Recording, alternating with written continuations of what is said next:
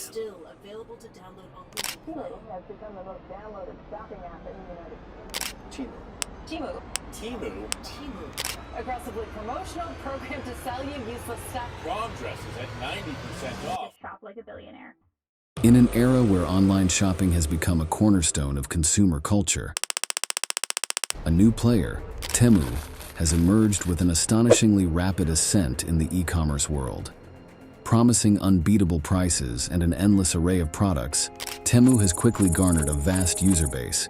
However, beneath the surface of these tempting deals and convenient shopping lies a series of sinister strategies and implications that paint a troubling picture of this burgeoning giant. Labor in factories making all sorts of goods are being forced by the Chinese authorities. Revenue that those apps have is from selling your data that they collect from you. Now to a warning from cybersecurity experts. Delete it now. Temu, with its seemingly impossible low prices, has attracted consumers worldwide, promising a more affordable online shopping experience. However, this aggressive pricing strategy raises questions about the true cost of these deals. Launched in the US in late 2022, Temu has quickly become a popular destination for buying cheap products, with some items priced below $1. The app, backed by Chinese-owned e-retailer PDD, launched last September and already has 24 million downloads in the US. The secret? Super low prices. Critics argue that such prices can only be maintained through exploitative labor practices and cost-cutting measures that compromise product quality and worker welfare. By promoting a culture of relentless consumerism, Temu may be contributing to a cycle of waste, where cheaply made products are quickly discarded, exacerbating environmental degradation and promoting unsustainable manufacturing practices. In the digital age, data is currency, and Temu, like many tech giants, is in a prime position to collect vast amounts of it. The sinister aspect of this data collection is not just its scale, but how it's used. There are concerns about Temu's data privacy policies and the potential for sensitive information to be mishandled or exploited. As a company that operates globally, the cross-border nature of its business further complicates the data privacy issue, with different countries having varying standards and regulations, potentially allowing Temu to maneuver through loopholes and avoid stringent data protection measures. Temu, a subsidiary of PDD Holdings, which also operates the Chinese online retail platform Pinduoduo, has come under the spotlight for data security concerns. Pinduoduo can bypass users' cell phone security. It can even read private messages. This is according to cybersecurity researchers. Pinduoduo itself faced significant scrutiny over its data handling and was even removed from the Google Play Store due to allegations of malware. In a statement, Google said, "We have suspended the Play version of the app for security concerns while we continue our investigation." Furthermore, its inclusion in the U.S. Trade Representative's 2022 report on notorious markets for counterfeiting and piracy has led to increased skepticism about the data protection measures of Temu, its affiliate. Temu's rapid growth is not just a result of market demand, but also aggressive strategies aimed at establishing market dominance.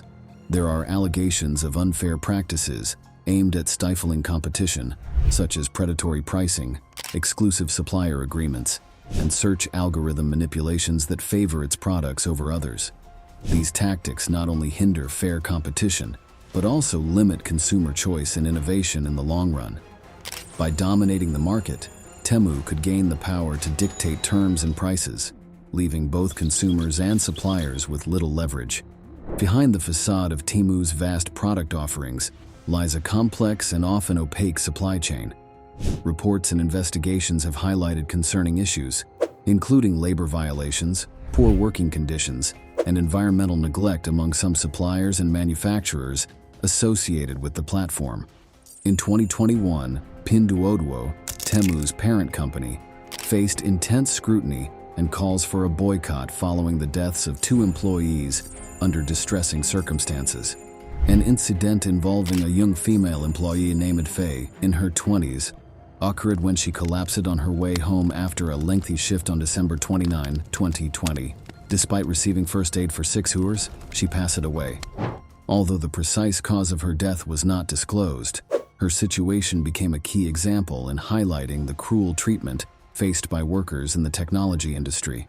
An engineer died by suicide, marking the company's second employee death in less than 2 weeks.